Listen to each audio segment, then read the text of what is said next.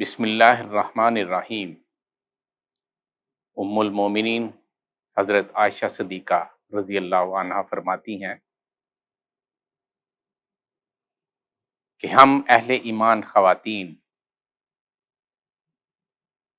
حضور اکرم صلی اللہ علیہ وسلم کے ساتھ نماز صبح میں شرکت کی سعادت حاصل کرتی۔ عفت مآب خواتین چادروں میں لپٹی ہوتی تھی۔ نماز کی ادائیگی کے بعد وہ گھروں میں واپس تشریف لاتی۔ اندھیرے کی وجہ سے کوئی بھی پہچانی نہ جا سکتی تھی۔ بخاری اور ابن حبان نے اسے روایت کیا ہے۔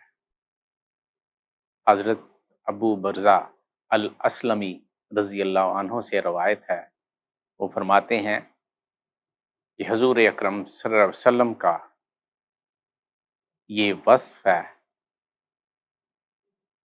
کہ آپ صلی اللہ علیہ وسلم نماز صبح ادا فرماتے، پھر ہم واپس آتے تو ہم میں سے کوئی اپنے ہم نشیں کو پہچان نہیں سکتا تھا۔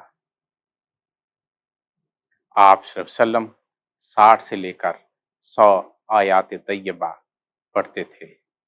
ابن ماجہ نے اس کو روایت کیا ہے۔